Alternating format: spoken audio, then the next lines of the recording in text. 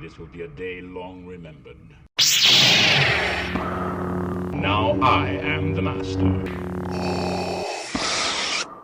Welcome to another episode of Legends and Theories, and welcome to my review of Gladiator. And with the second one coming out, well, later today for early showings, and you could, we'll see it towards the end of the day, there will be no spoilers or anything for that new one.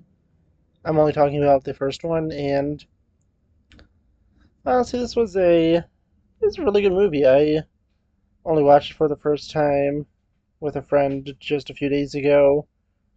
I was planning on watching it before the new one came out, but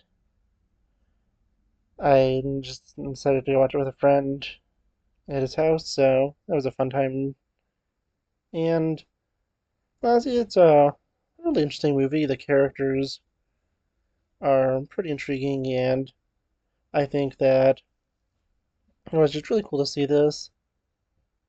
And the battles in it, they're pretty good. The entire thing with this sort of being a revenge story was also interesting. And as I said, I really enjoyed it. I think that it was just a really interesting movie, with it starting off with him, with Maximus's origin, and well, him just being his great general that is so beloved that the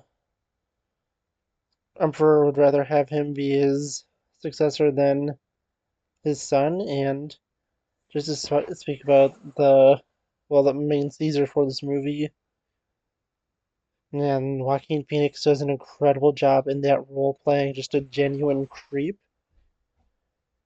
And yeah, this guy is someone you very clearly want to see be taken down, and you want him to suffer a really horrible fate, and he is getting that at the end. He does get killed, and well, Maximus still dies from his injuries, since his entire thing was wanting to be back with his family, but also totally do that after he got revenge, I think. It does make sense. They could have went with a method where, in the story, he survived and got to be with the I'm assuming Empress, and or not Empress, the sister of of Caesar. I don't know what her exact term would be, and I'm generally terrible on names, so I don't remember her name. But it still is interesting, and honestly, I think that they could have went with that, but that's the safer ending, and having him die at the end is something that makes it more interesting.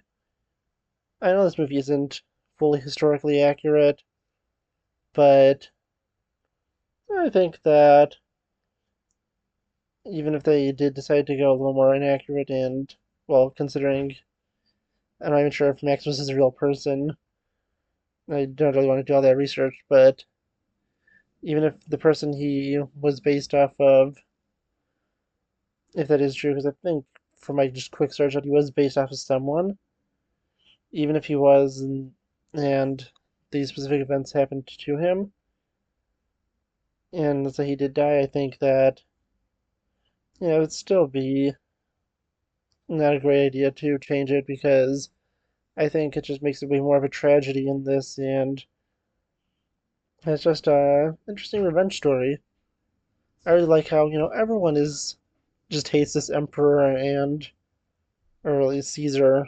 He's an emperor, but it's also the term of Caesar, but everyone wants to take him down, and the people really all hate him, and Maximus is just this great hero. If things went a little differently, he would have been the next Caesar until they could have put a republic in place. We know that, at least historically, that would ultimately fail since the Roman Empire does collapse, but still it's interesting, and I'm wondering why they need a sequel to this, but we'll see over the next few days. I'm not sure when I'm going to be watching this, but well, the second one, but I'm interested to see it. So let me know what you think of this movie in the comments, and if you're excited for the second one. No spoilers for the second one, though, since most people wouldn't have seen it, and don't discuss any spoilers about that until, well, at least on my channel, until my video comes out. You could discuss it in the comments to that one. So, I'll see you all in the next episode of Legends and Theories. Thank you for watching this episode of Legends and Theories. Please subscribe, like the video, share the video, leave a comment, check out the video on screen, and may the Force be with you.